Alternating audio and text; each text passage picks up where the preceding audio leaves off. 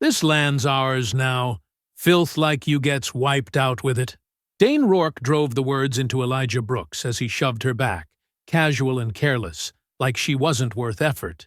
His crew fanned out across the ranch in broad daylight, laughing, boots chewing up the ground, rifles hanging loose while phones rose to capture her humiliation. "Stand there," he ordered, stepping into her space, voice calm with ownership. "Don't move. Don't speak." Eli stood in faded jeans and work boots, body still, eyes lowered, counting men, reading terrain, measuring time. Calvin groaned behind her where they'd left him. Rourke mistook her silence for submission. He had no idea he was giving orders to someone trained to wait and finish what others start. Before continuing, comment where in the world you are watching from, and make sure to subscribe, because tomorrow's story is one you can't miss. The setting sun painted long shadows across the ranch as Eli secured the heavy padlock on the tack room door. The metal clicked with familiar certainty, a sound that usually brought comfort at day's end. She watched Calvin in the nearby paddock, his silhouette moving steadily between the horses as he distributed the evening feed. "Almost done, Miss Brooks," Calvin called out, his voice carrying the warmth of honest work. "Just got 2 more to go." Eli nodded, allowing herself a small smile. Calvin had been with her for 3 years now, one of the few people she truly trusted. He understood the rhythm of the ranch, the importance of doing things right. The peace shattered as harsh white light flooded the pasture. Multiple engines roared, tires churning up grass and mud. Eli's muscles tensed as she counted. 4 trucks, maybe 15 men. They poured through her open gate like an invasion force, their security jackets a mock uniform that fooled no one. Calvin straightened, feed bucket forgotten. "Miss Brooks?" "Stay calm," she said quietly, though her eyes were already mapping the scene with military precision. 3 men per vehicle. Various weapons poorly concealed under jackets. 2 filming with phones. Leadership position emerging from the lead truck. Dane Rourke stepped into the glare of the headlights, his smile sharp and cruel. "Well, well, the famous Brooks Ranch." He gestured broadly. "Though I guess infamous might be more accurate these days." Calvin moved to stand between Eli and the approaching men. 2 of them immediately grabbed him, throwing him face first into the dirt. The impact drove a grunt from his chest. "Leave him alone," Eli said, keeping her voice level even as her mind calculated angles, distances, cover positions. "This is private property. You're trespassing." Rourke laughed, the sound echoing off the barn walls. "Private property? That's actually why we're here." His men spread out, some heading toward the barn, while others kicked over water troughs, sending precious water flooding across the packed earth. One man pulled out a can of spray paint, the rattle of the ball bearing inside like a snake's warning. The first letter he painted across the barn's wooden slats made Eli's jaw clench, but she forced her hands to stay loose at her sides. "See, we've been looking into your claim on this land," Rourke continued, pulling a folded document from his jacket. "And there seem to be some irregularities." Eli recognized her deed, the paper she kept secured in her home office. The violation of that space sent ice through her veins, but her expression remained neutral. "That's a legal deed, passed down through 3 generations. Legal?" Rourke made a show of examining the document. "Funny thing about legal documents, they're only as good as the system that enforces them." He moved closer, invading her space. "And around here, we are the system." Calvin tried to push himself up. A boot came down on his back, driving him back into the dirt. Blood trickled from his split lip. "You should teach your help better manners," Rourke said, his eyes never leaving Eli's face. He was looking for fear, for the crack in her composure that would signal victory. Instead, Eli memorized details: the eagle patch on the lead vehicle's door, the truck's license plate, partially obscured with mud but still readable. The distinctive scar on one man's neck, the gang tattoo poorly hidden under another's collar. More crashes came from the direction of the storage shed. Feed bags hit the ground, their contents spilling across the dirt. The horses whinnied in distress, picking up on the violence in the air. "This is just a courtesy visit," Rourke said, holding the deed up to the truck's headlights. "A friendly reminder that things change. Property changes hands. That's just the natural order of things." He ripped the document in half, then quarters, letting the pieces flutter to the ground. Eli watched them fall, her breath steady and controlled. Combat breathing, 4 counts in, 4 counts out. The same pattern she'd used behind a rifle scope, watching targets through crosshairs. "You have nice horses," Rourke commented, glancing at the paddock. "Be a shame if something happened to them." Lots of accidents can happen on a ranch, especially one run by someone who clearly can't handle the responsibility. The threat hung in the air like smoke. Eli said nothing, but her mind categorized and prioritized. Faces, vehicles, weapons, weaknesses. No response? Rourke stepped closer, trying to loom over her. "Most people have something to say when we pay them a visit." "I believe you've said enough for both of us," Eli replied, her voice carrying the kind of quiet that preceded storms. Rourke's smile faltered for just a moment, something in her tone perhaps triggering a warning he couldn't quite place. But then the moment passed, and his arrogance returned full force. "Pack it up, boys," he called out. "I think we've made our point." He turned back to Eli. "We'll be seeing you again real soon." The men retreated to their vehicles, laughing and shoving each other like schoolyard bullies after a successful hunt. Engines roared to life, headlights swung in wide arcs as they turned around, and the convoy rolled back through the gate they'd violated. Eli waited until the red taillights disappeared down the access road before moving to Calvin's side. She knelt beside him, taking in his injuries with careful eyes. Blood dripped steadily from his split lip, and he winced as he tried to sit up. "Stay with me," she whispered, supporting his shoulder. Her gaze lifted briefly to the dark tree line, where ancient oaks held secrets buried in their roots. The truck's headlights cut through the darkness as Eli steered toward town, her movements precise, despite the tension coursing through her body. Calvin sat slumped in the passenger seat, pressing a cloth to his bloodied face. Every bump in the road drew a sharp intake of breath from him. "Almost there," Eli said, her voice steady. The digital clock on the dashboard read 9:47 p.m. The streets were empty, most businesses already closed for the night. Only the clinic's fluorescent lights offered any welcome. Calvin tried to speak but winced instead. Fresh blood soaked through the cloth. Eli's grip tightened on the steering wheel, her knuckles white against the dark leather. The clinic's parking lot was empty, except for Nurse Tessa Holloway's blue sedan. Eli helped Calvin from the truck, supporting his weight as they made their way to the entrance. The automatic doors slid open with a soft hiss. Tessa looked up from her desk, her eyes widening at the sight of Calvin's injuries. "Oh my God! Bring him back here." She quickly led them to an examination room, her professional demeanor taking over. "What happened?" "Gang of men attacked our ranch," Eli explained, helping Calvin onto the examination table. "Called themselves security. Beat him while he was down." Tessa's hands moved efficiently, cleaning Calvin's wounds with gentle precision. These bruises, they weren't just throwing punches. They were stomping. Her voice carried quiet outrage. Eli stepped into the hallway, phone already at her ear. The sheriff's office rang 4 times before anyone answered. "Sheriff Larkin," she said, keeping her voice level. "There's been an attack at Brooks Ranch. My hand was assaulted, property damaged. I need to file a report." 20 minutes passed before Sheriff Wade Larkin finally arrived, two deputies trailing behind him.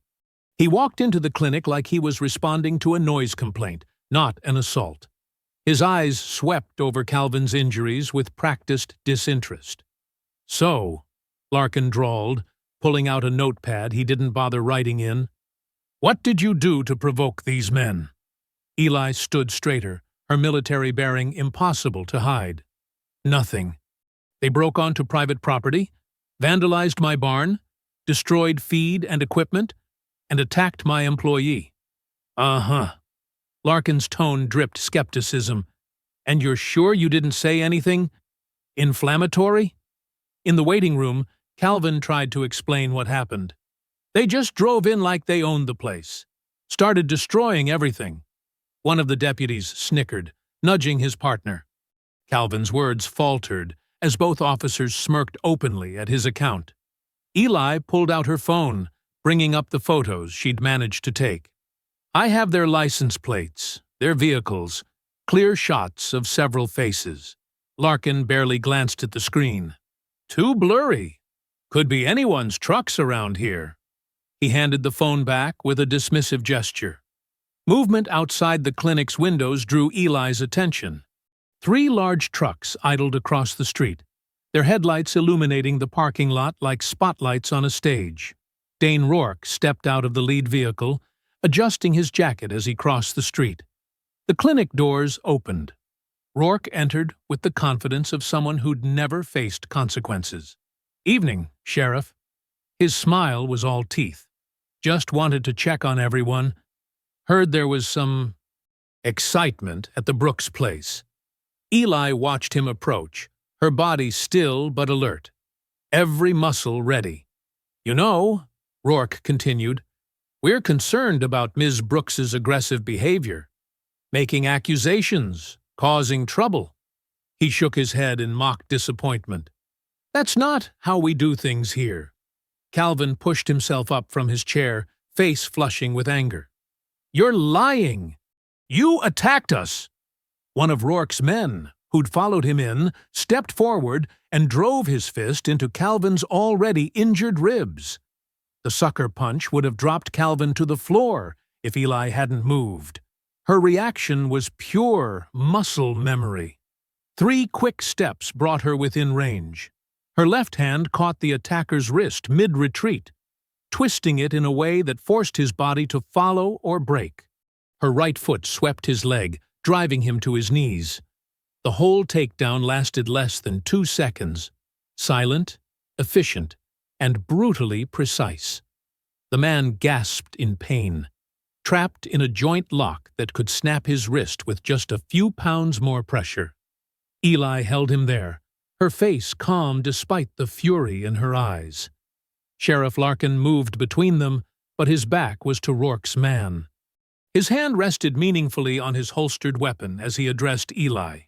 "Let him go. Now." Eli released the hold, stepping back with controlled grace. The man scrambled away, cradling his wrist. Larkin's voice carried the full weight of his badge and his prejudice. "Next time you touch one of them, I'll arrest you." His eyes were cold. "That's not a warning. That's a promise." The moon hung high over Brooks Ranch as Eli stepped out of her truck near midnight. Her boots crunched on gravel as she retrieved a heavy-duty flashlight and a weathered notebook from behind the seat. The night air carried the metallic scent of coming rain.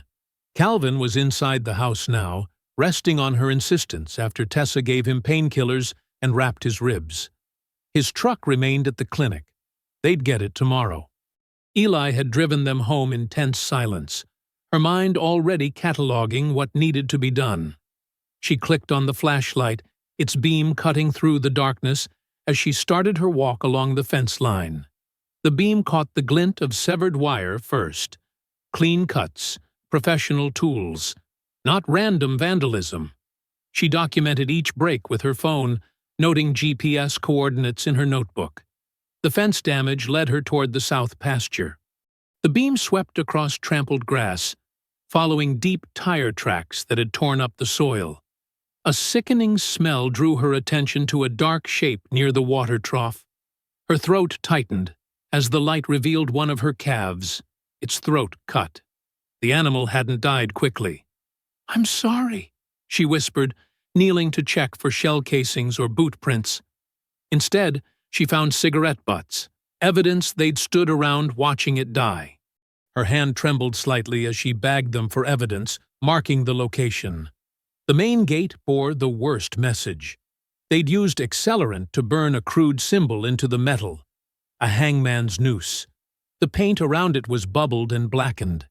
Eli photographed it from multiple angles, her military training guiding her documentation.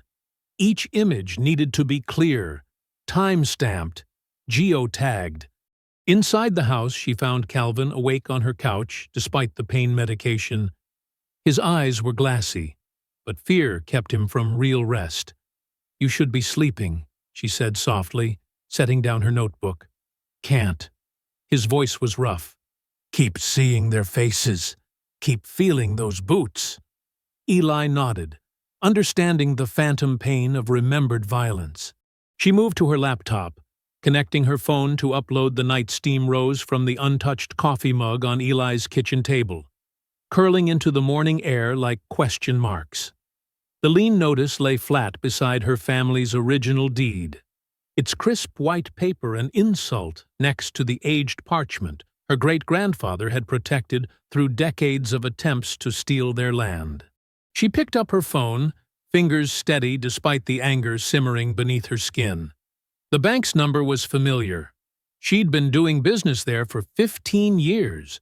After 3 rings, Margaret Wheeler's voice came through, professional but cooler than usual. "First National Bank. How may I help you?" "Margaret, it's Eli Brooks. I need to discuss my accounts and this lien notice." A pause. Papers shuffled. "I'm sorry, Ms. Brooks, but your accounts are currently under review. I can't discuss any details at this time." "Under review? For what reason?" Eli kept her voice level, controlled. "I'm not at liberty to say. You'll receive notification by mail within 10 business days." The line went dead. Eli set the phone down carefully, too carefully, like handling a live grenade.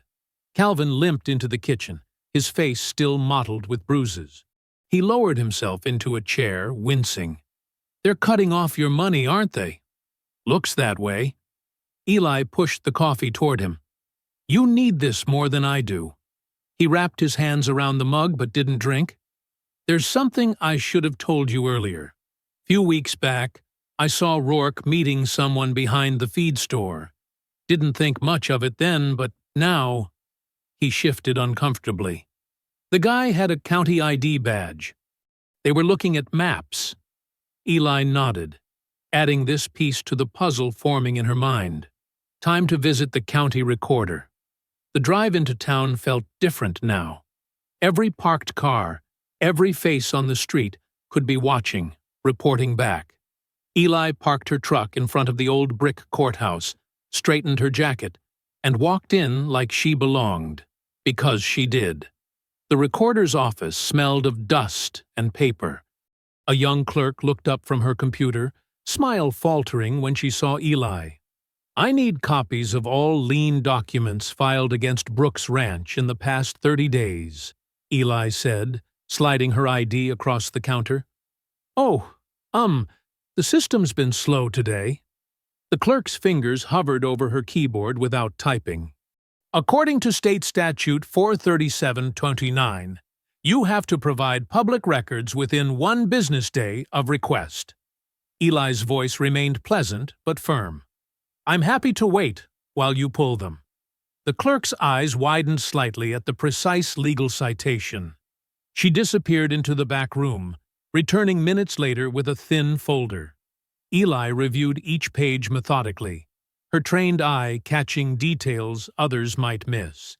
The notary stamp was slightly misaligned, a fake.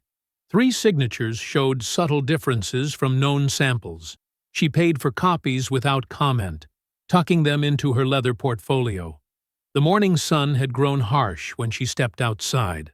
She was halfway to her truck when 2 men peeled away from the shadow of a pickup. She recognized them from last night, the ones who'd held Calvin down. Well, if it isn't the ambitious rancher, the taller one drawled, positioning himself between Eli and her driver's door. Causing more trouble? Just accessing public records, Eli said, keeping her voice steady as she slipped her hand into her pocket, activating her phone's recording app. Like any citizen. Citizen, the shorter one sneered. You people always want special treatment. Always pushing where you don't belong. My family's been here for 4 generations. Eli let a slight tremor enter her voice, playing into their expectations while documenting every word. The taller one stepped closer, shoving her shoulder hard. Maybe it's time for progress. Time for the right kind of people to develop this land properly. You should be grateful we're being so professional about this, his partner added with an ugly smile. Things could get much worse for stubborn folks who don't know their place. Eli clutched her portfolio to her chest, making herself smaller, while her phone captured it all. They eventually tired of their game, swaggering away with the confidence of men who thought they'd won. Back at the ranch, Eli cleared her dining room wall. She pinned up a large cork board, then began constructing a timeline. String-connected photos to documents. Names linked to shell companies. License plate numbers matched to registered owners. Hours passed as she built a web of evidence, her military training turning chaos into order. The sun had set by the time she finished. Calvin brought her a sandwich she didn't eat, watching her work with worried eyes. The night was quiet. Too quiet. No crickets, no distant coyotes. The crack of the rifle shot shattered that silence. The barn's metal roof rang with impact, the sound echoing across the dark pasture. A warning shot precisely placed, close enough to hear, far enough to deny intent. Eli stood at her window, still as a statue, watching headlights fade into the distance.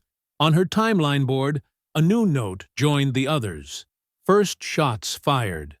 9:47 p.m. The grass bent silently beneath Eli's boots as she walked toward the ancient oak tree, its branches stark against the pre-dawn sky. Her grandmother's words echoed in her mind. Baby girl, sometimes you got to hide what matters until the right time comes. The oak had been their special place. 3 generations of Brooks women had sought its shelter, shared secrets beneath its spreading limbs. Eli pulled a compact military-grade shovel from her backpack. Her movements were precise, methodical, as she began to dig exactly 6 feet from the trunk on the eastern side. The soil was dark and rich here, holding decades of family history. The metallic clank of shovel against case sent a shiver through her arms. Eli dropped to her knees, clearing dirt with her hands until she could grip the handles of a long, waterproof rifle case. Beside it lay a smaller lockbox, both wrapped carefully in layers of oilcloth that had protected them from moisture and time. Her fingers trembled slightly as she unwrapped the rifle case. Not from fear, but from the weight of memory. The smell of gun oil and desert sand crashed over her. Suddenly, she wasn't in Texas anymore. She was prone on a ridge in Afghanistan, the M40A5 sniper rifle steady against her shoulder. Wind speed, 7 knots. Distance, 1,247 meters. Her spotter's whispered calculations faded as she entered that space of perfect focus. 1 shot, 1 breath. The target moved exactly as predicted. Her fingers squeezed. Through the scope, she watched a unit of Marines survive because of that single bullet. Eli blinked hard, forcing herself back to the present. The rifle in the case was similar but newer, a precision instrument she'd hoped never to need again. She checked it thoroughly, muscle memory guiding her hands through each step. Everything was perfectly maintained. Ready. The lockbox contained her military records, some heavily redacted, others with charred edges from a fire that had accidentally destroyed certain files. Missions that officially never happened. Commendations that were quietly erased. Lives saved that no one could acknowledge. Her phone vibrated. Maya's name lit up the screen. "I got your email," Maya said without preamble. "The evidence is solid, but Eli, these people have serious backing. I'm seeing connections to state officials, corporate donors, old money families who think they own everything between Houston and Dallas." "Can you file for an injunction?" Eli asked, replacing the documents carefully. "I'll start the paperwork today, but—" Maya paused. "Rourke's group has burned through 3 other law firms. They don't just fight dirty in court. They go after people's lives, families, careers. You don't have to take this on, Maya." "Like hell I don't. Just be careful. Document everything. And Eli? Don't let them provoke you into something they can use." As Eli ended the call, she heard Calvin's truck starting up near the house.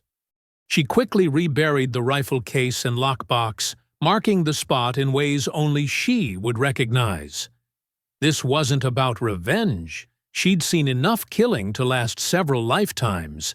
This was about survival, about truth, about standing ground that belonged to her family through generations of struggle. She was halfway back to the house when Calvin's truck came tearing down the drive, gravel spraying. He hit the brakes hard, jumping out with something clutched in his shaking hand. Eli's heart clenched.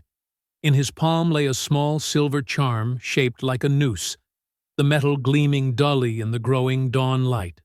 "Found it hanging from my mirror," Calvin said, his voice rough. "They want us scared, Eli. Want us running." Eli took the charm, studying it with cold precision. The craftsmanship was custom, expensive, not some quick intimidation job. This was planned, meant to say, "We have money. We have time. We can reach you anywhere. You don't have to stay," she told Calvin quietly. "This isn't your fight." "Like hell it's not." He straightened, despite his lingering injuries. "This is my home, too. Been working this land since I was 16. Not letting some rich bastards run me off with their dollar store horror movie props." The sun was cresting the ridge now, painting the pastures in shades of gold and shadow. Eli walked onto her porch, scanning the tree line with eyes trained to spot the smallest movement. The weight of the buried rifle pressed on her thoughts, not as a temptation, but as a reminder that she had options they didn't know about. Miles away, dust rose from vehicles moving along the county road. Probably just normal ranch traffic, but her instincts noted direction, speed, pattern. Always watching, always calculating, like she'd been trained. Calvin joined her on the porch, the noose charm now lying in a plastic evidence bag. They stood in silence for a moment, watching the dawn paint their world in light and shadow.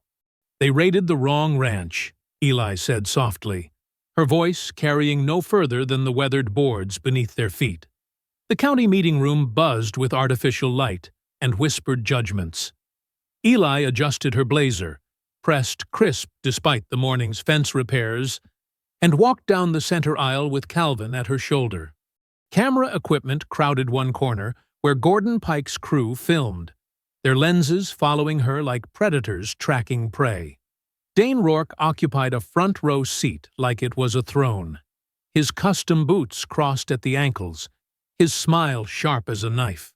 His security team filled the seats behind him, all wearing matching polo shirts with their company logo. They looked more like a gang dressed for court than actual professionals. "Folks, let's maintain order," Gordon Pike announced into his microphone, playing ringmaster. His radio-perfect voice dripped fake concern. "We're here to address serious allegations about land development practices in our community.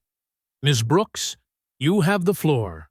Briefly, Eli placed her evidence folder on the podium, spine straight, face composed. The same stance that had steadied her rifle on 1,000 missions now kept her voice level as she began presenting her documentation. "On Tuesday night, armed men invaded my property without—" "Invaded?" Pike interrupted, eyebrows raised. "That's quite inflammatory language, isn't it? I believe they were conducting a routine security inspection. They assaulted my employee and caused thousands in property damage. I have photos that could be from anywhere, anytime. Pike cut in again. Sheriff Larkin, you responded to Ms. Brooks' complaint that night. What did you observe? Sheriff Larkin stood, thumbs hooked in his belt. Ms. Brooks has a history of confrontational behavior. When my deputies arrived, she was the one acting aggressive. Rourke's men nodded like puppets on strings. Someone in back coughed militant, just loud enough to carry. That's a lie, Calvin said, stepping forward. They beat me while he watched. I got medical records. Laughter rippled through the room. Pike smiled indulgently. Sir, please, let's keep this professional. Professional?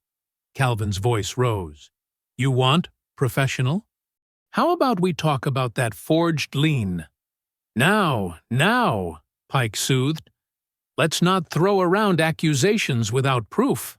I have proof right here, Eli said, pulling out the notarized documents. The signature dates don't match county records. The notary stamp is… Ms. Brooks, Pike interrupted again. Perhaps you're confused about standard legal procedures. Mr. Rourke, would you care to address these creative interpretations? Rourke stood slowly, straightening his tailored shirt. I understand Ms. Brooks is upset about progress coming to her neighborhood. Change is hard. But these desperate attempts to paint legitimate business as some kind of conspiracy? It's sad, really. Maybe even dangerous. Murmurs of agreement filled the room. Eli kept her face neutral as her training kicked in, mapping exits, noting which spectators were armed, calculating angles of attack. Not to fight, but because knowledge was power, and right now, knowledge was all she had. The lien is fraudulent, she stated flatly. I have documentation from… I think we've heard enough accusations, Pike announced. Sheriff, anything to add? Larkin shrugged. Just that my office is monitoring the situation. We can't have people stirring up trouble with wild claims. The meeting dissolved into procedural dismissals. Eli gathered her papers with mechanical precision, while Rourke's men snickered. Outside, a deputy shouldered past Calvin, knocking Eli's evidence folder from her hands. Papers scattered across wet pavement. Oops, the deputy said, grinding his heel on a photo as he walked away. Guess you should be more careful with your proof. They drove home in silence. Calvin's knuckles were white on the steering wheel. Eli watched the road with sniper's eyes, noting vehicles, memorizing plates, marking potential observation points. Back at the ranch, she didn't waste time on anger. She unpacked surveillance cameras from a locked cabinet, gear she'd hoped never to need again. Each unit was positioned with tactical precision, covering the fence lines, the barn, approaches to the house. She marked ranges in her mind. 200 yards to the oak tree, 150 to the cattle guard, 75 to the tool shed. Inside, she set up a laptop to record Pike's nightly broadcast. His voice filled the kitchen as she logged sponsors, timestamps, and specific lies. Concerned citizens report increasing hostility from certain property owners refusing to participate in community improvement.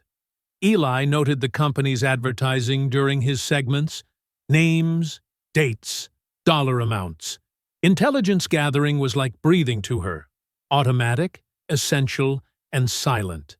The sun settled toward the horizon as she finished her preparations.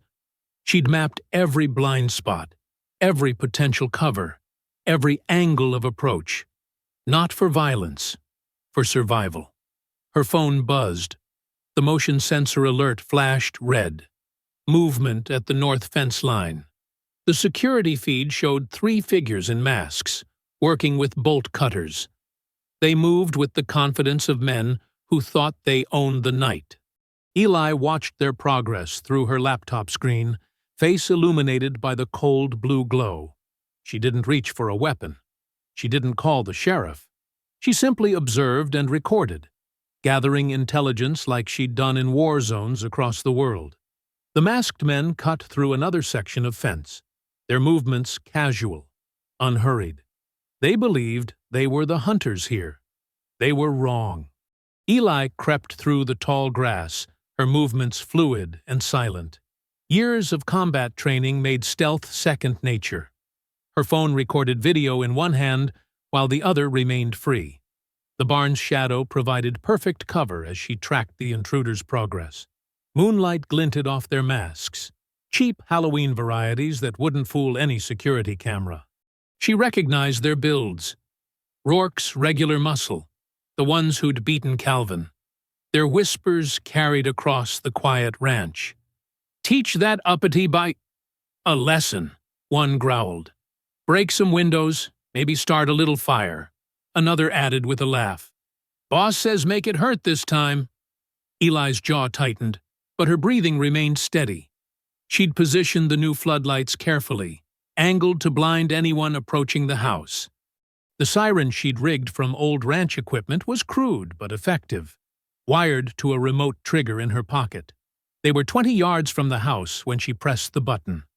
Light exploded across the yard. The modified cattle siren wailed like a banshee. The men staggered, cursing as their night vision shattered. But instead of running, they charged toward where she stood. The first man swung a length of pipe in a wide arc. Eli read the telegraph in his shoulder, stepped inside his reach before the swing peaked. Her hand clamped his elbow, hyperextending the joint with precise pressure. His grip loosened. She used his own momentum to drive him face first into a wooden post. The impact cracked his mask. "You crazy beat!" the second man shouted, launching into a football tackle. Eli pivoted, catching his shoulder and redirecting his charge. He stumbled past her, arms windmilling. She helped his momentum carry him over a metal feed barrel. He crashed hard on the other side. Before he could recover, her knee pinned his spine. The zip ties from her pocket made quick work of his wrists. The third man bolted toward the trees. Calvin emerged from behind the barn, gripping a shovel with white-knuckled hands. His face showed fear, but his stance was pure defiance as he blocked the escape route. "Stop right there!" Calvin's voice shook, but held firm. The masked man didn't slow. He barreled into Calvin, knocking him sprawling. The shovel clattered away. Eli was already moving. Her boots barely seemed to touch the ground as she closed the distance. The fleeing attacker heard her coming, started to turn. She drove her shoulder into his kidney with controlled violence. The impact lifted him off his feet, expelled his breath in a whoosh. He crumpled, gasping. "Stay down," she commanded, voice cold as gunmetal.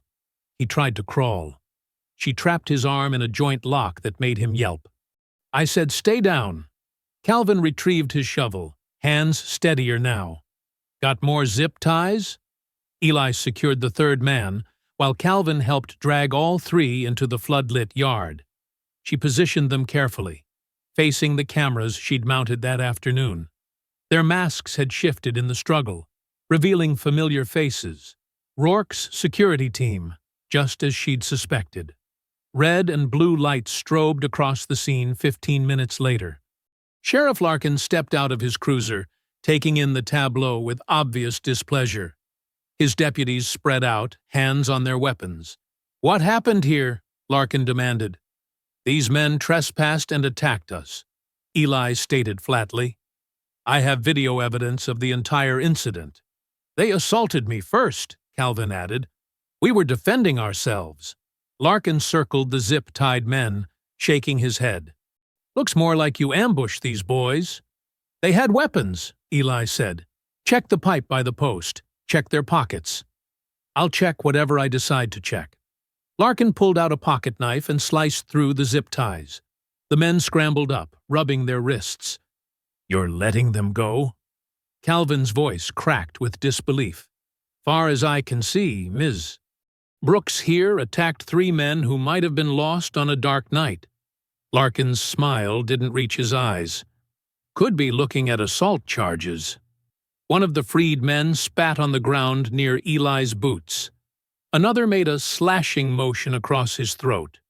The third simply smiled, the same smug expression Rourke always wore. Larkin stepped close to Eli, close enough she could smell stale coffee on his breath.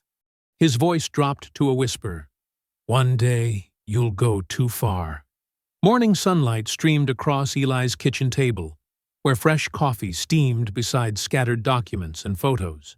Maya Kincaid set down her leather briefcase, her military bearing evident even in civilian clothes. She pulled out bandages and antiseptic, eyeing the bruises on Eli's knuckles from last night's fight. "Let me see those hands," Maya said, her tone brooking no argument. "I'm fine," Eli insisted, but held out her hands anyway. "Marines," Maya muttered, cleaning the scrapes, always trying to tough it out. She'd been JAG Corps long enough to know the type. Eli managed a small smile. "Takes one to know one." Maya pulled out a compact scanner, sleek and professional. "Show me everything. Every photo, every document, every scrap of paper they've touched." For the next hour, they built their case. Maya's scanner hummed, creating digital copies while she typed rapid notes on her laptop. She worked with methodical precision, organizing evidence into categories: property damage, physical assaults, forged documents, discriminatory practices. "The lean is amateur hour," Maya said, examining the paperwork. "Fake notary stamp, backdated signatures. They got sloppy." "Sloppy, but effective," Eli replied. "Banks still frozen my accounts." Maya nodded grimly. "I'm connecting you with Wallace Granger, civil rights attorney, good track record. Careful man, but he gets results. Can we trust him? He's not the type to stick his neck out unnecessarily, but he's solid, knows how to work within the system." They walked the property together, Maya insisting on photographing everything again. At the burned gate, she made Eli describe how it felt seeing the racist symbols carved there. At the vandalized barn, she documented not just the damage, but Eli's connection to the place, how her grandfather had built it, how she'd learned to ride there. "Emotional impact matters," Maya explained. "Courts need to see the human cost, not just dollar figures." In town, they parked across from the gas station that faced the ranch access road. The night of the raid, its security cameras would have caught everything. "Owner's name is Jim Phelps," Maya said. "Vietnam vet. Might be sympathetic." Inside, Phelps looked nervous, glancing repeatedly at the door. "Gordon Pike was here yesterday," he muttered. "Said there might be trouble if certain footage got out." Eli met his eyes. "Mr. Phelps, I'm a Marine. 20 years service. What they're doing isn't right." "I know that," he said quietly. "But they got reach in this town."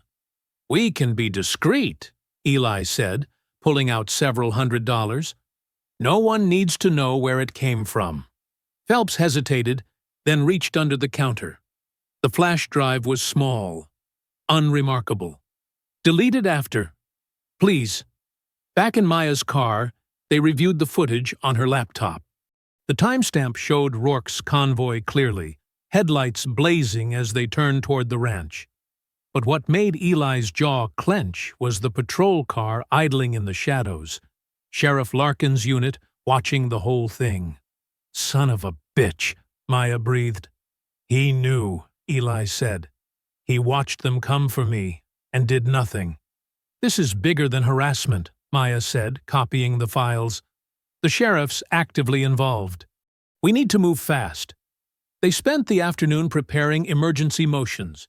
Maya worked her contacts, calling in favors. By 6 p.m., she had a sympathetic judge willing to review their filing immediately. "The evidence is strong," Maya said, hitting submit on the electronic filing. "Clear pattern of harassment, documented damages, proof of official misconduct. We should hear something soon." Eli paced her kitchen, trying not to watch her phone. The sun was setting when it finally buzzed. A court notification. Temporary injunction granted, Maya read aloud. Rourke and his men have to stay 500 yards from your property. No contact, no surveillance, no proxies. Eli's shoulders relaxed slightly. It wasn't victory, but it was something. A shield, however temporary. Then her phone buzzed again. Unknown number. The message was simple. Injunctions burn. Maya leaned forward, jaw set. Screenshot that. Document everything. They're getting desperate. Eli nodded, already saving the threat. Her combat instincts hadn't dulled. She could feel the situation escalating, moving toward inevitable confrontation. But for now, she had what she needed.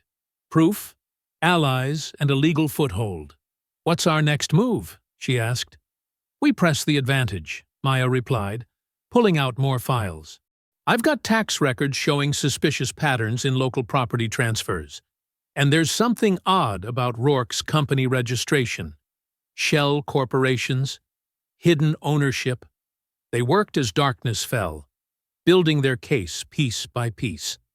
The injunction was just the beginning. The real fight, for justice, for her land, for the truth, was still ahead. But for the first time since the raids began, Eli felt the momentum shifting.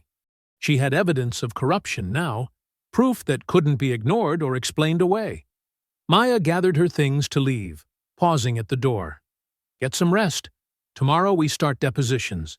Make them answer for everything under oath. Eli nodded, watching her drive away. The night was quiet except for distant coyotes. Her land stretched dark and peaceful around her. Generations of history in every acre. She wouldn't let them take it. Not with threats, not with lies, not with fire. The temporary injunction was just paper. But paper could tell the truth, expose lies, force justice. And Eli Brooks had learned in war. Sometimes the right papers, in the right hands, could be more powerful than bullets. The crack of splintering wood jolted Eli awake. Her eyes snapped open to darkness, but something was wrong. A sickly sweet chemical smell filled her nose. Gasoline. Then came the soft whoosh of flames catching. She was moving before her mind fully processed it. Military training kicking in. Boots on, phone in hand, gun in waistband. Through her bedroom window, orange light flickered against the barn's weathered walls. Fire raced up the boards like hungry fingers, accelerant, feeding its spread. "Calvin!" she shouted, pounding his door. "Fire! Get up!" He stumbled out, eyes wide. "Jesus Christ!" "Truck!" "Now!" She shoved the keys into his hand while dialing 911. "Start it up! We've got horses to save!" The dispatcher's voice crackled as Eli sprinted to the mudroom, grabbing fire extinguishers. "Fire department is en route to Brooks Ranch." "Tell them hurry," Eli snapped. "It's accelerant-based, spreading fast. Livestock in danger." Heat slapped her face as she ran toward the barn. The south wall was fully involved now, flames reaching for the roof. Calvin pulled the truck around, headlights cutting through thick smoke. Eli attacked the fire near the main doors with short bursts from the extinguisher, creating a narrow path. "Stay low!" she ordered Calvin as they pushed inside. The heat was crushing, smoke rolling along the ceiling. Horses screamed in their stalls, kicking walls in panic. Eli's throat burned with each breath. They worked fast, Eli cutting lead ropes while Calvin guided panicked animals toward the door. The first 3 horses bolted free, then 4 more. But the fire was winning, eating through old wood faster than they could work. A support beam groaned overhead. "That's it!" Calvin shouted. "We gotta go!" Eli turned to follow, then froze. Through the thickening smoke, a shadow moved near her office door. Not the jerky motion of flames, but purposeful, human. "Someone's in the tack room," she growled. "Eli, don't—" But she was already moving, ducking under burning debris. Through the smoke, she glimpsed a figure stuffing papers into a bag. Her files, her evidence. Rage cut through her fear. "Hey!" she shouted. The thief spun and ran. Eli burst out of the barn side door in pursuit, lungs burning. The figure was male, tall, dressed in dark clothes. He cut across the paddock, heading for the tree line. Eli gained ground with each stride. He must have heard her footsteps because he whirled suddenly, crowbar swinging at head height.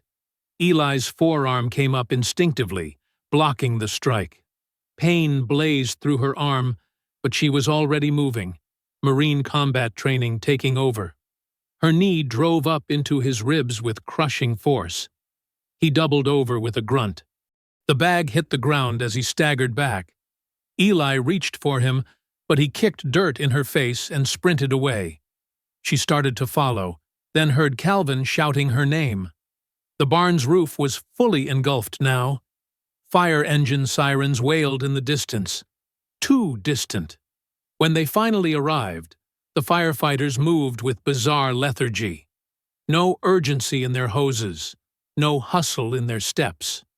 Eli watched in disbelief as they practically strolled around the building, making no real effort to save it. "What the hell are you doing?" she demanded. "That's my livelihood burning." The fire chief barely glanced at her. "Ma'am, please stay back. We've got this under control." But they didn't have it under control. They were letting it burn. A familiar voice cut through the chaos. "Liv from Brooks Ranch, where karma seems to have caught up with our local troublemaker." Gordon Pike stood near his car, phone held high, streaming video. His face glowed with reflected flames as he narrated. After weeks of aggressive behavior and baseless accusations against upstanding citizens, it seems Ms. Brooks's property has suffered an unfortunate accident. Sources suggest electrical issues may be to blame, though, of course, we'll wait for official investigation. Eli started toward him, hands clenching, but Calvin caught her arm. "Don't," he whispered. "That's what he wants. More footage of you being aggressive." She forced herself to turn away, focusing instead on checking the horses. They'd gotten most out, but 2 were missing. The guilt and grief would come later. For now, she had to stay functional. Through the rest of the night, she documented everything, took photos, recorded the firefighters' suspicious behavior, noted exactly when they'd arrived and what they hadn't done. Pike kept filming, kept narrating his poison. Other vehicles arrived, locals drawn by the flames, watching from a distance. Some looked troubled, others smiled. Finally, dawn began breaking over the smoking ruins. The fire had taken almost everything: barn, equipment, feed, records. Eli stood in the ashes, clutching the recovered bag she'd fought for. But when she opened it, her stomach dropped. The files inside were worthless duplicates, old papers. Her lockbox, the one containing her military records, her real evidence, her proof, was gone. She looked at the ruins of her barn, the smoldering reminder that paper injunctions couldn't stop men who played with fire, that the law meant nothing when those meant to enforce it looked away, that sometimes justice required more than documents and lawyers. Around her, the ranch was waking. Birds called. Horses stamped nervously in the pasture. The sun rose red through smoke-stained air, and Eli Brooks stood in the ashes of her grandfather's barn, feeling something shift inside her, something hard and cold and certain. The morning sun cast long shadows across the ranch yard, highlighting the blackened skeleton of the barn against the sky. Eli and Maya sat on the pickup's tailgate, their hands streaked with ash from salvaging what little they could. Empty coffee cups sat between them, gone cold hours ago. "We document everything," Maya said, her laptop balanced on her knees. "Every call, every threat, every coincidence. They think burning evidence hurts us? We'll build new evidence from the ashes." Eli nodded, but her eyes kept drifting to her phone. Calvin should have checked in by now. The knot in her stomach tightened. Maya's phone buzzed. "It's Granger," she said, putting it on speaker. Attorney Wallace Granger's voice crackled through, strained and hesitant. "Ms. Kincaid, I need to withdraw from the Brooks case." "What?" Maya straightened. "Wallace, we just filed yesterday. There have been complications." His words came faster now, nervous. "Threats. My office window was shot out last night. My daughter's preschool received visits from concerned citizens." Eli's jaw clenched. "More isolation tactics." "Wallace, we can get protection orders," Maya argued. "File complaints with—" "With who?" Granger cut in. "The same sheriff's department that watched that barn burn? The same judges who—" He took a shaky breath. "I'm sorry. I truly am. But I have a family." The line went dead. "Coward," Maya spat. But Eli saw the fear in her friend's eyes. They both knew Granger wasn't wrong about the risks. Maya's phone buzzed again an hour later. The news hit like another gut punch. The judge had reversed the injunction, citing procedural errors in the filing. The timing was too perfect to be coincidence. "I'll refile," Maya insisted. "Different jurisdiction. Different." "They'll just block it again," Eli said quietly. "This isn't about law anymore. It's about power." She stood, checking her watch. Calvin should have been back with supplies by now. She tried his cell again. Straight to voicemail. Wrong feeling crawled up her spine. "I'm going to look for him," she told Maya. "Stay here. Watch the cameras. Call if anyone shows up." The drive into town felt longer than usual, each mile adding weight to her dread. The hardware store's parking lot was empty, except for Calvin's truck, parked crooked behind the building. Driver's door hanging open. That damn noose charm swaying from the mirror like a taunt. Eli approached carefully, scanning for threats. Blood darkened the seat fabric. Not much, but enough. Enough to say they had him. Enough to prove they could take whatever they wanted. She found Sheriff Larkin at the station, boots up on his desk, radio murmuring country music. His smile didn't reach his eyes. "Calvin Reed?"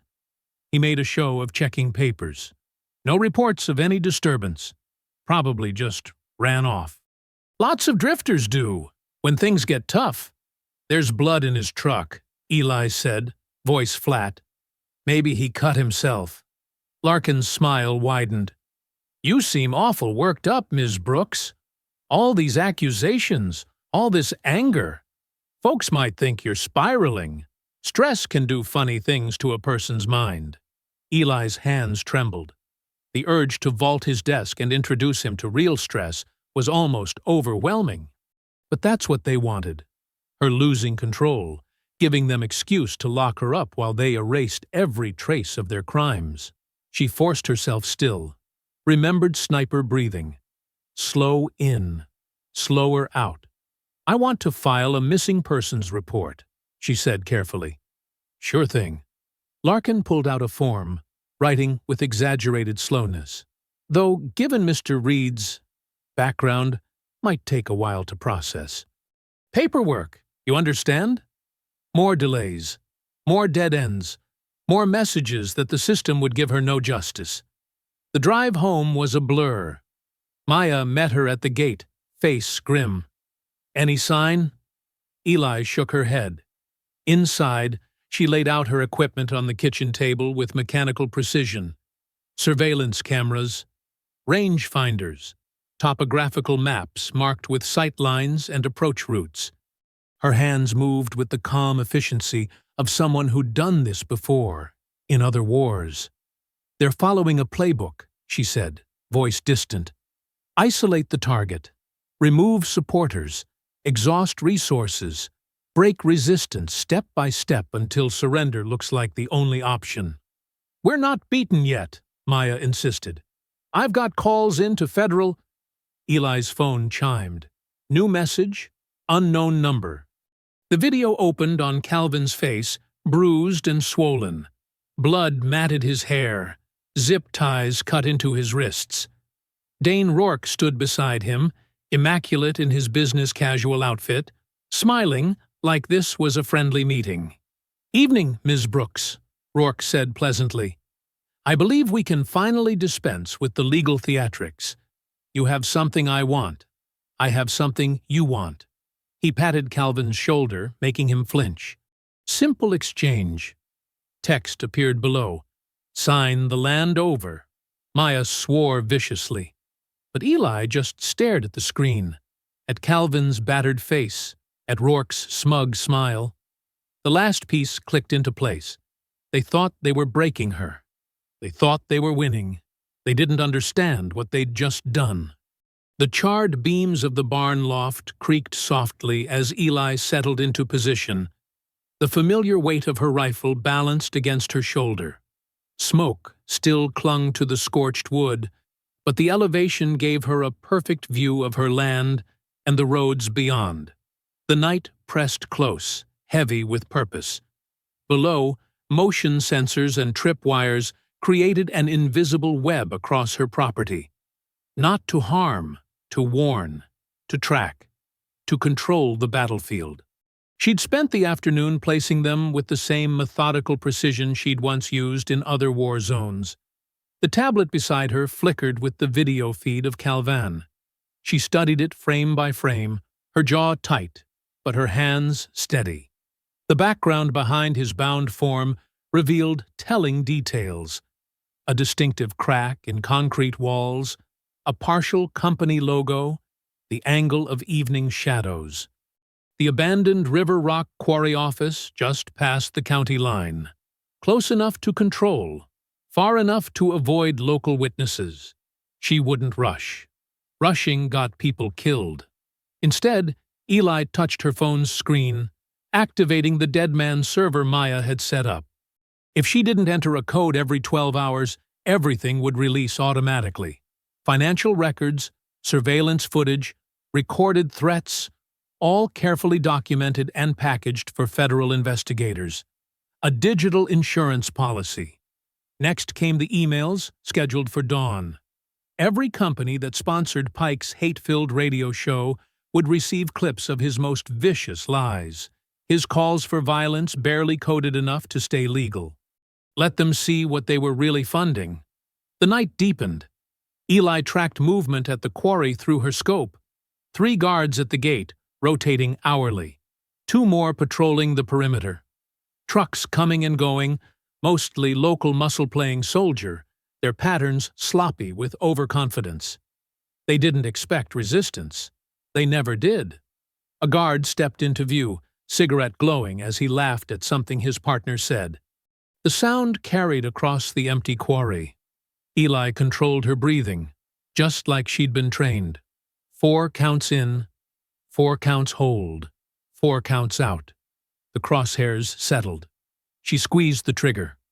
The spotlight above the guard's head exploded in a shower of glass and sparks.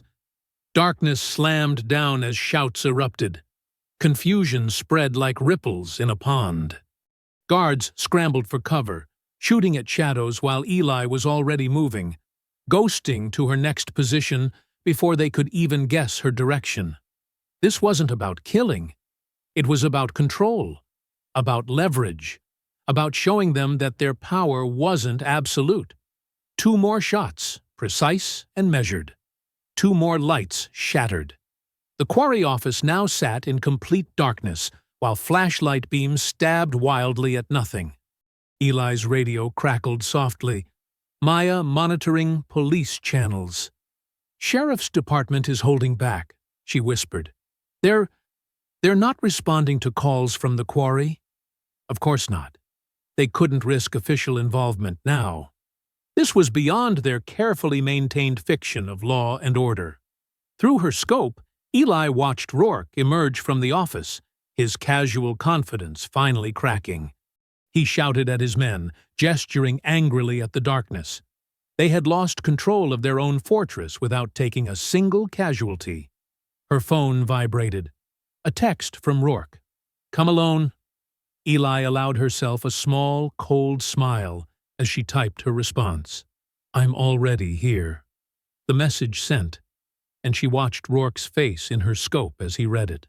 For the first time, real fear flickered across his features. Good. Fear made people sloppy. Fear made them desperate. She settled deeper into her position, checking her ammunition and water supply. The night was still young.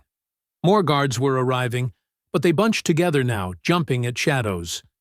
Their flashlight beams revealed their positions, while she remained invisible in the darkness. Through her scope, she could see Calvin through a window, still bound, but alive. They hadn't hurt him worse. They needed him as a bargaining chip. But they had miscalculated badly. They thought this was about land, about money, about power. They didn't understand that by taking Calvin, they had crossed a line that transformed this from a property dispute into something much more personal. Another guard ventured too close to her position. Eli's finger tightened on the trigger, then relaxed. Not yet. Let them wear themselves down with fear first. Let them realize how exposed they were, how vulnerable their fortress had become. She checked her watch. Hours until dawn. Hours until her scheduled evidence releases would begin flooding inboxes across the state. Hours for Rourke and his men to understand exactly what kind of enemy they had made. Wind whispered through the burned barn beams, carrying the acrid scent of ash and vengeance.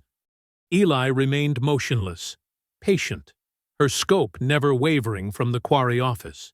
She had learned patience in places these men couldn't imagine, waiting days for a single perfect shot that could change the course of battles they would never know existed. The radio crackled again. Maya's voice, tense but controlled. "Eli, I've got movement on the back road. 3 more vehicles incoming." "Copy," Eli whispered. "Keep monitoring." She shifted slightly, adjusting her angle to cover the new approach. Let them come. Let them gather. The more they concentrated their forces here, the more vulnerable they became. Every man they brought was another witness, another potential weak point, another person who might break under pressure. Her phone buzzed again with another message from Rourke, but she didn't check it. She didn't need to. The time for threats and negotiations was over.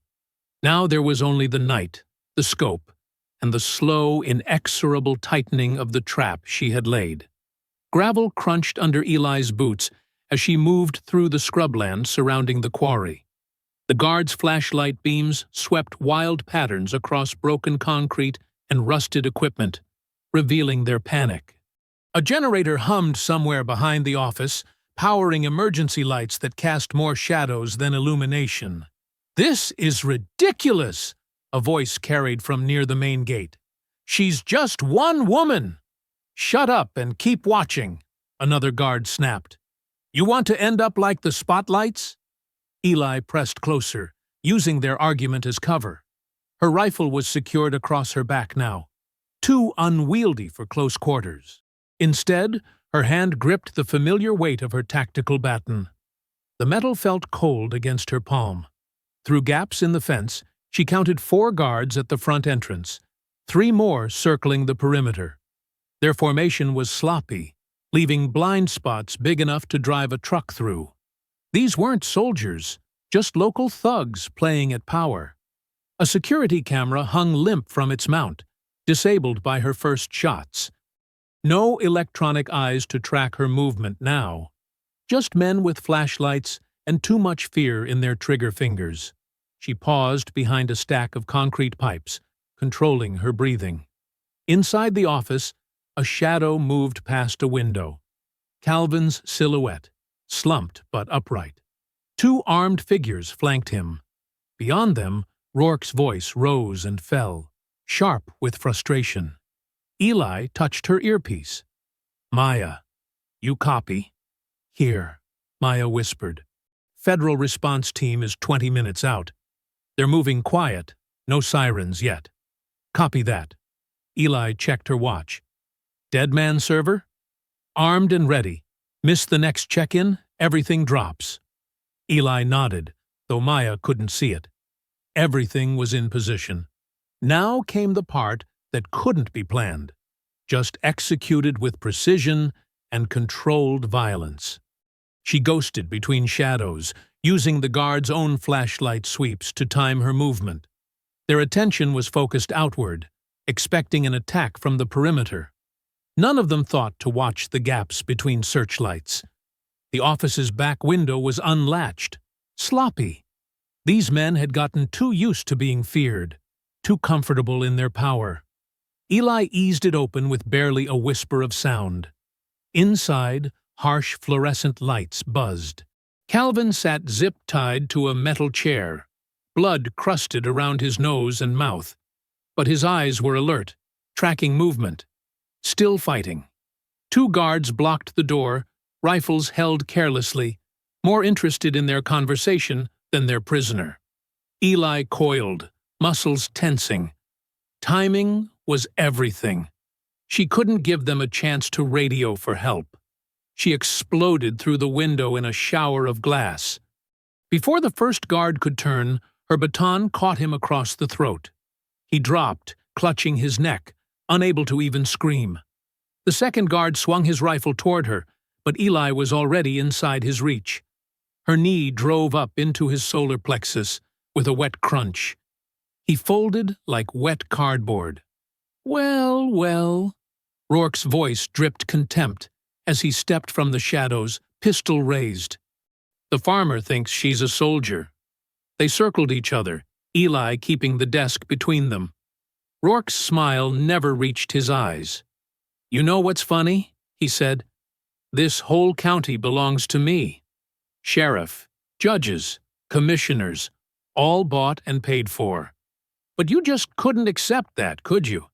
Had to play hero." "You talk too much," Eli said softly. She feinted left. Rourke's gun tracked the movement and missed her real strike. Her hand locked around his wrist, twisting sharply until bones ground together. The pistol clattered to the floor. Rourke snarled, swinging a wild haymaker. Eli slipped inside it and drove him backward into a filing cabinet. The impact rang through the metal. The fight turned brutal and close. Rourke had size and reach, but Eli had training and experience. His elbow caught her temple. She answered with a headbutt that broke his nose. Blood sprayed. They grappled, knocked over chairs, slammed into walls. Boots thundered in the hallway. Reinforcements coming. Eli drove her knee into Rourke's kidney, buying space. He stumbled, spitting curses. Suddenly, brilliant light flooded the quarry. Sirens wailed in perfect synchronization. Federal law enforcement, not local. Maya's dead man server had triggered, sending everything to waiting investigators. The cavalry had arrived. Rourke's eyes went wide with real fear.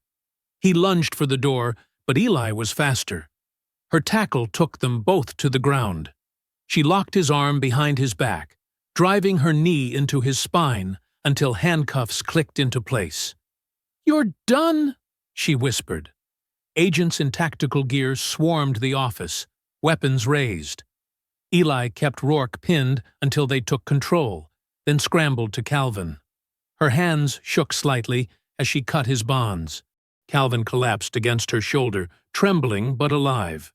"Knew you'd come," he mumbled. "Always," she said, holding him steady.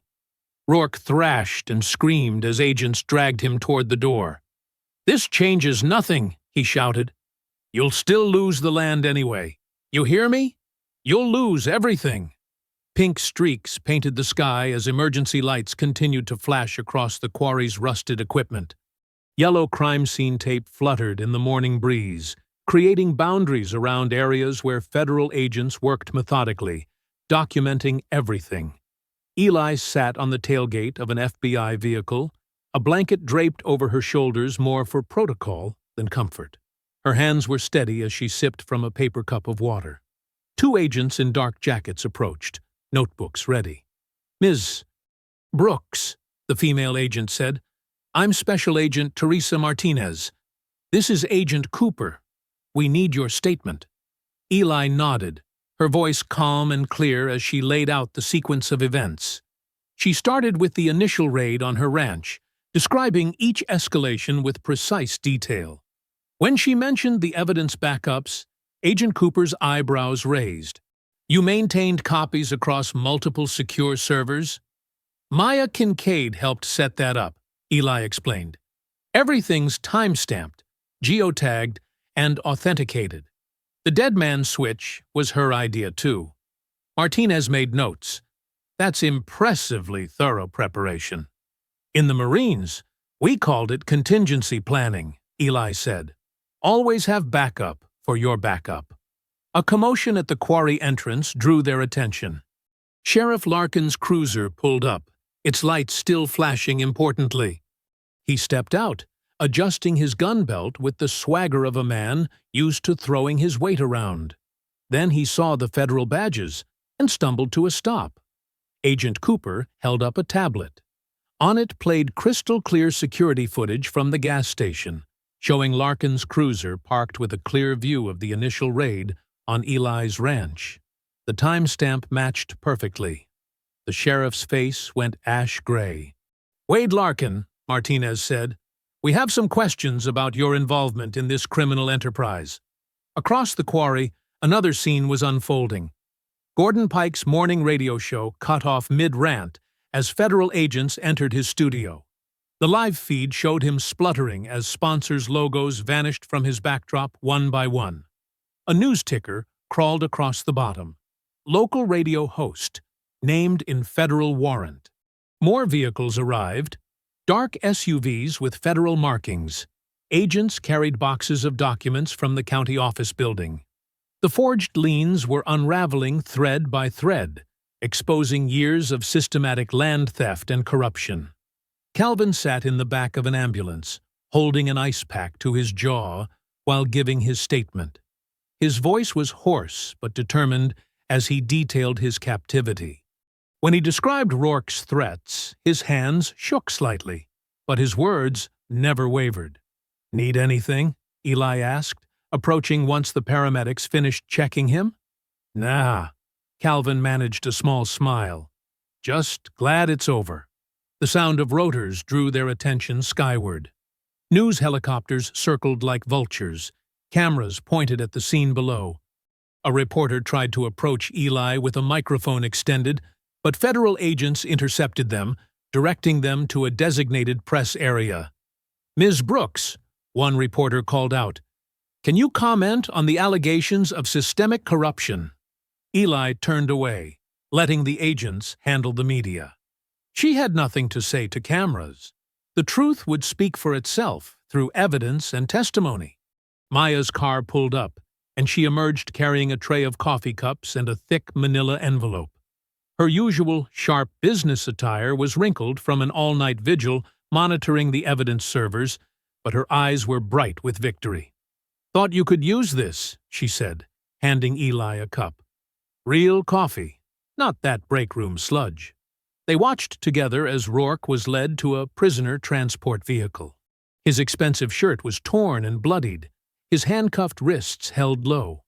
All his arrogance had drained away, leaving him looking somehow smaller, diminished. A senior federal agent approached Eli, introducing himself as Deputy Director Roberts. "I want to commend your restraint in this situation, Ms. Brooks. You had every opportunity for revenge, but you chose to let justice work instead." "Revenge wasn't the point," Eli said quietly. "Never was." "Your preparation was exceptional," he continued. "The evidence trails, the backup servers, the documented pattern of escalation. You built an airtight case while defending yourself within the law. That's not easy to do under pressure." Eli thought of long nights in desert observation posts, waiting for the perfect shot while chaos erupted below. "Pressure's familiar territory, sir." The sun climbed higher, burning off the morning mist. Crime scene technicians photographed the quarry office, marking evidence and taking samples. Eli could see Calvin's blood on the chair where he'd been tied, Rourke's on the filing cabinet where she'd driven him. Violence left its marks. but evidence told the true story. Maya approached with the manila envelope, her expression softening. "Got something for you," she said, pulling out a document heavy with official seals. The top read, "Federal Land Protection Order" in bold letters. "It's done," Maya explained. "The ranch is protected now, federal level. No more county games, no more fake liens. That land is yours, locked down tight as Fort Knox." Eli took the document, feeling its weight. Generations of her family had worked that land, fought for it, died defending it. Now it was truly safe, protected by the highest authority in the land. Morning sunlight spilled across the Brooks Ranch, painting long shadows behind fresh-cut fence posts and newly strung wire. The air carried the sharp scent of sawdust and the steady rhythm of hammers as volunteers worked on the rising frame of the new barn. Eli stood on her porch, coffee warming her hands as she watched the activity unfold. Local veterans, some wearing faded service patches, moved with practiced efficiency. They'd shown up 3 days ago with trucks full of lumber and purpose, refusing payment. "Marines take care of their own," their leader had said simply. The old burn marks were gone, scrubbed away by determined hands. New wood rose clean and strong against the sky, each beam carefully measured and placed. The structure was larger than before, designed with reinforced doors and clear sight lines, suggestions from fellow veterans who understood the need for security without saying it aloud. Calvin directed a group setting support posts, his voice carrying across the yard. The bruises had faded from his face, replaced by the healthy flush of honest work. He caught Eli's eye and grinned, tapping his hard hat in salute. The fear was gone from his movements. He stood straighter now, more confident. "Looking good," Maya said, climbing the porch steps with an armful of papers. She wore jeans instead of her usual suit, ready to pitch in after the legal work was done. "The foundation called this morning. The grant's official. They're announcing it next week." Eli nodded, thinking of the letter that had arrived yesterday from the Department of Defense. It was brief but clear. Her service record was restored, her commendations reinstated, her missions acknowledged with quiet respect.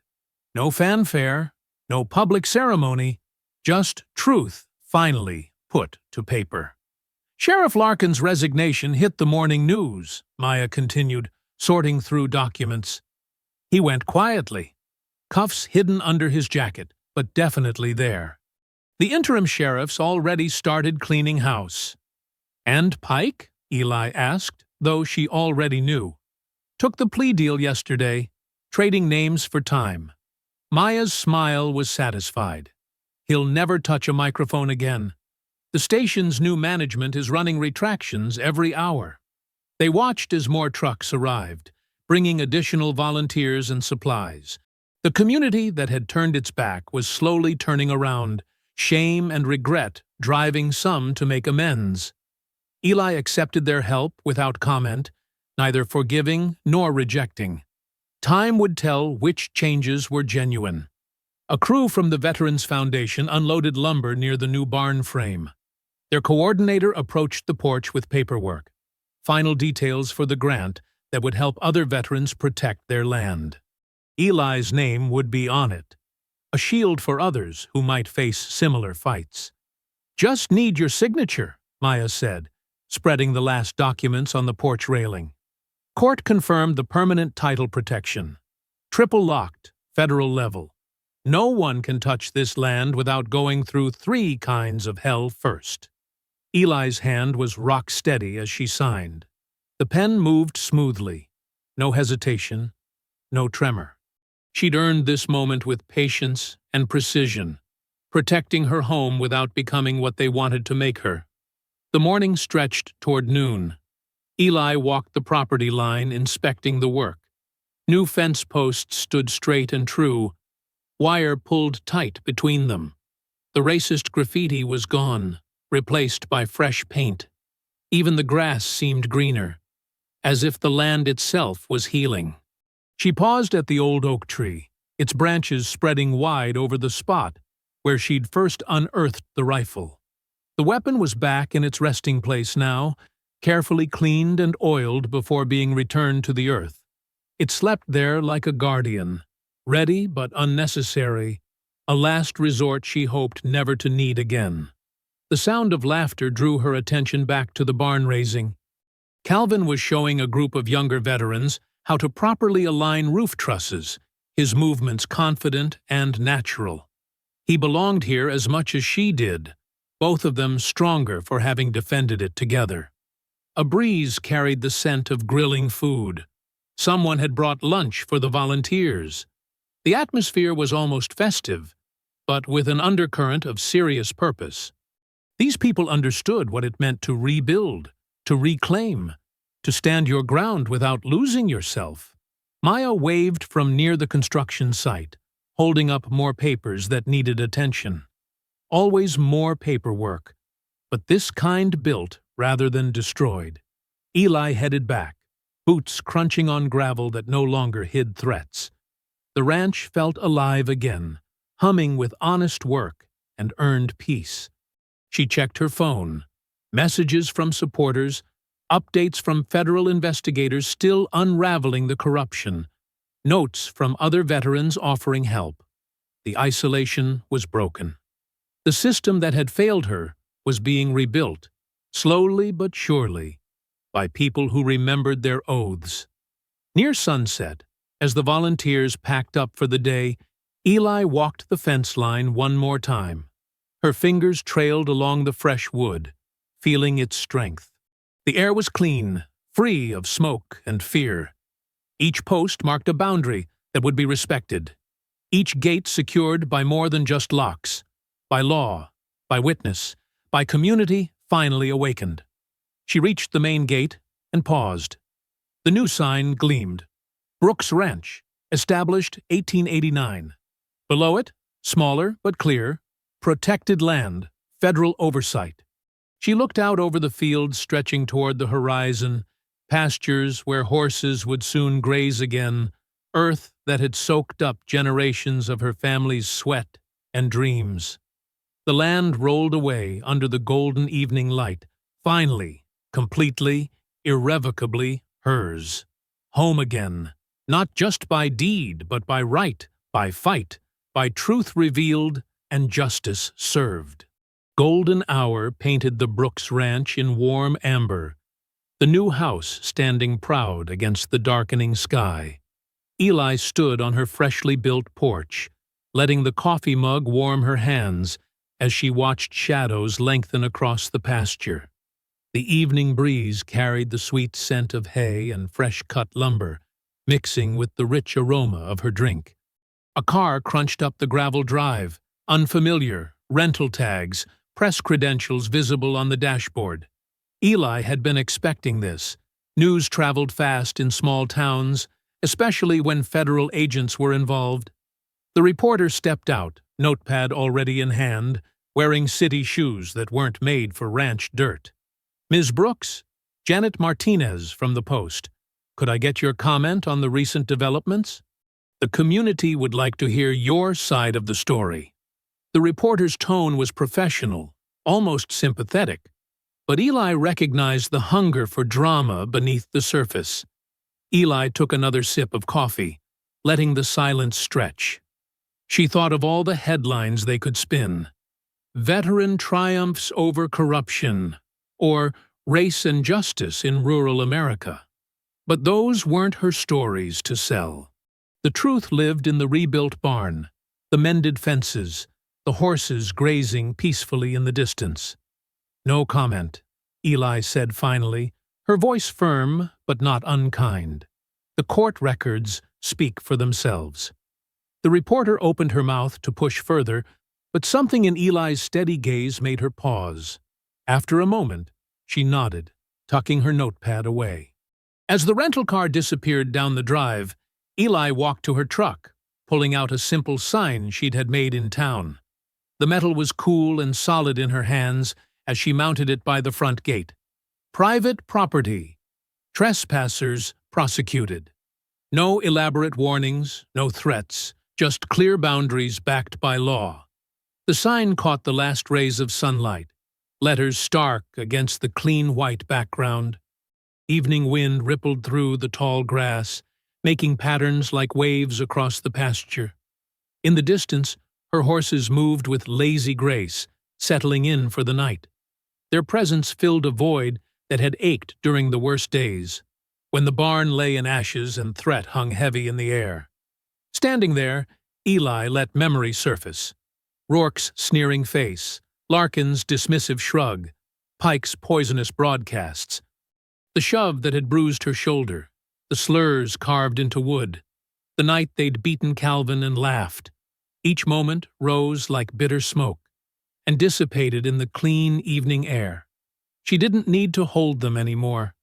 Justice hadn't come as mercy or forgiveness. It had come as consequence, natural as gravity, inevitable as dawn. She hadn't needed to burn their world down. Truth had done that work, built on evidence, patience, and pressure.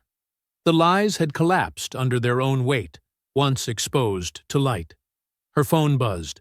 Maya's text lit up the screen. It's over. Simple words that carried the weight of months of legal work. Countless documents, recorded testimonies, and carefully preserved evidence. Eli's lips curved in a small, real smile. Not of triumph, but of peace finally earned. The porch boards creaked softly under her boots as she turned toward the house.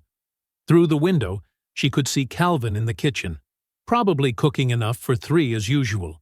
He'd started doing that after they rebuilt, making extra food, leaving lights on longer, small gestures that said someone else was there, that the ranch had become home to more than just memories. Inside, the new house smelled of fresh wood and coffee. Everything was simple, functional, built to last. No fancy fixtures or decorative touches, just honest materials put together with care. The contractors had offered upgrades, but Eli had kept to the basics. Beauty was in strength, in things that served their purpose without pretense. She locked the door with a solid click, more habit than fear now. The porch light switched off, leaving the ranch to settle into natural darkness.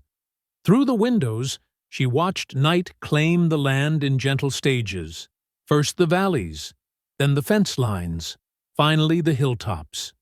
Stars emerged one by one, filling the sky with ancient light. The quiet wasn't empty anymore.